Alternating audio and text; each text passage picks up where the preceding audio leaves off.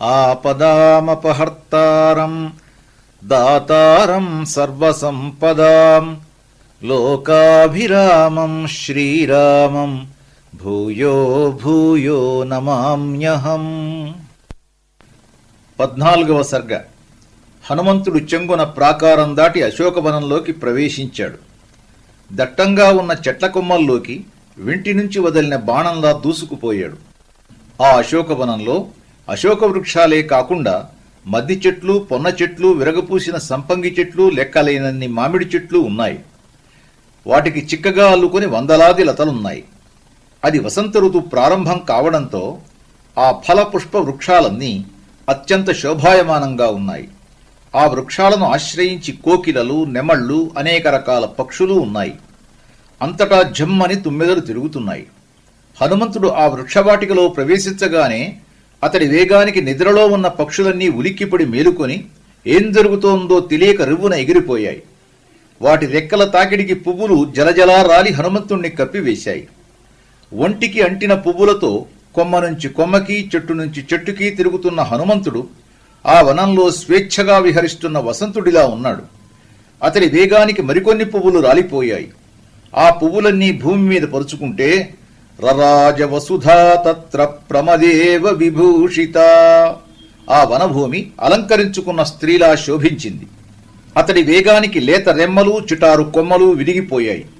అందమైన పువ్వులు, చిరుకొమ్మలు, రెమ్మలు రాలిపోగా మిగిలిన వృక్షాలు నిక్షిప్త వస్త్రాభరణా ధూర్తా ఇవ పరాజితాః.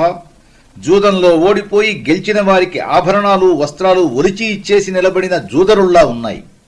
ఆ మహాకవి సంచారంతో ఆ వనం నిర్ధూత కేశీవతి యథా మృదితవర్ణక నిష్పీత శుభదంతోష్ఠి నఖైర్దంత ఇశ్చ విక్షత.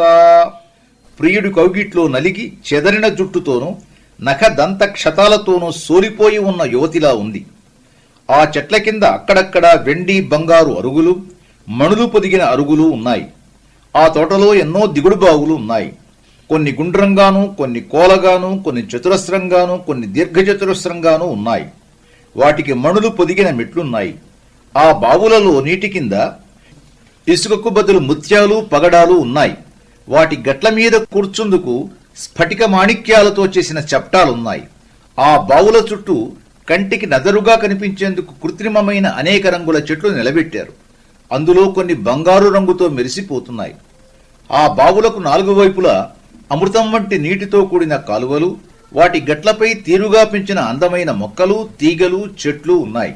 అక్కడక్కడ అలంకారాల రంగురంగుల గన్నేరు చెట్లున్నాయి. ఆ అశోకవనంలో అనేక గుట్టలు, మిట్టలు, కొండలు, పర్వతాలు ఉన్నాయి.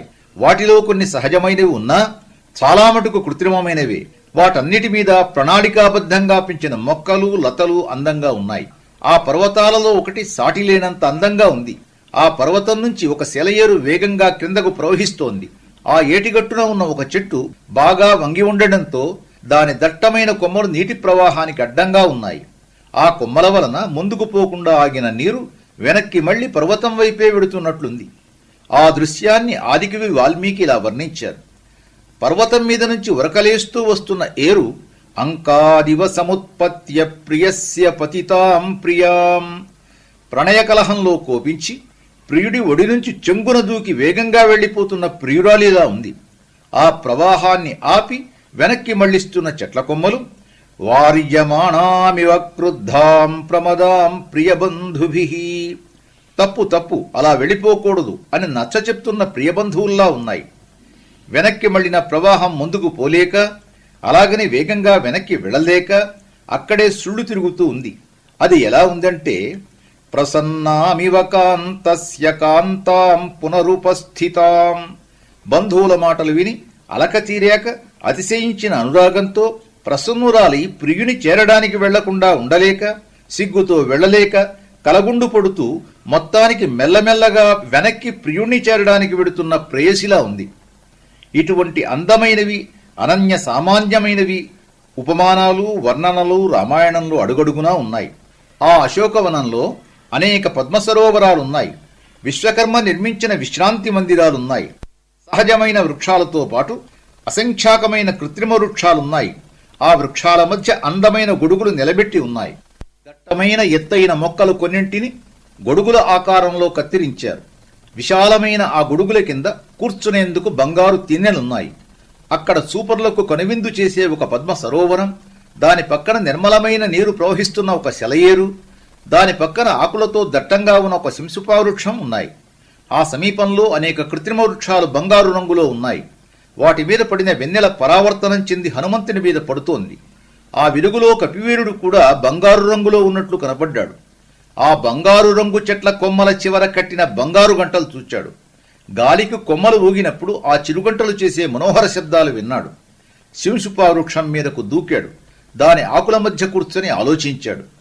రావణుడు దుర్మార్గుడే అయినా అతడి అశోకవనం అద్భుతంగా ఉంది. అందులో ఈ పద్మసరోవరం మరింత అందంగా ఉంది.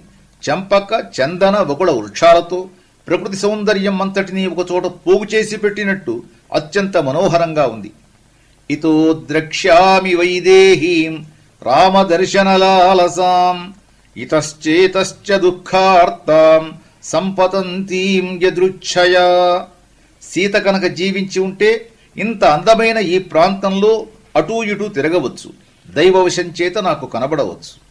సీతే గనుక లంకలో ఉంటే అందమైన ఈ సరోవరం వద్దకు నూనమేష్యతి జానకి తప్పక వస్తుంది. వనసంచార కుశలైన రాముని భార్య అందమైన ఈ వన ప్రాంతానికి నూనమేష్యతి జానకి తప్పక వస్తుంది. రాముణ్ణి గూర్చే ఆలోచిస్తూ సీత ఇహ వనమేష్యతి జానకి ఈ వన ప్రాంతానికి తప్పక వస్తుంది. శోకభారంతో కృంగిపోతున్న సీత ఇక్కడకు నిత్యమేష్యతే నిత్యం వస్తుంది.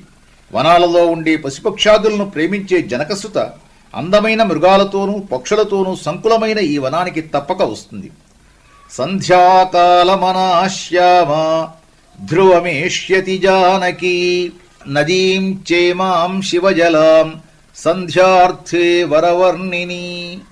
సంధ్యా సమయంలో క్రమం తప్పకుండా దేవతా ఉపాసన చేసే సీత పవిత్రమైన జలాలతో ఉన్న ఈ నదీ తీరానికి సంధ్యావందనం కోసం ధ్రువమేష్యతి తప్పక వస్తుంది. అలా అనుకుంటూ శివసుపావృక్షపు ఆకుల మధ్య ఒదిగి కూర్చుని చుట్టూ పరిశీలించాడు. స్వస్తి.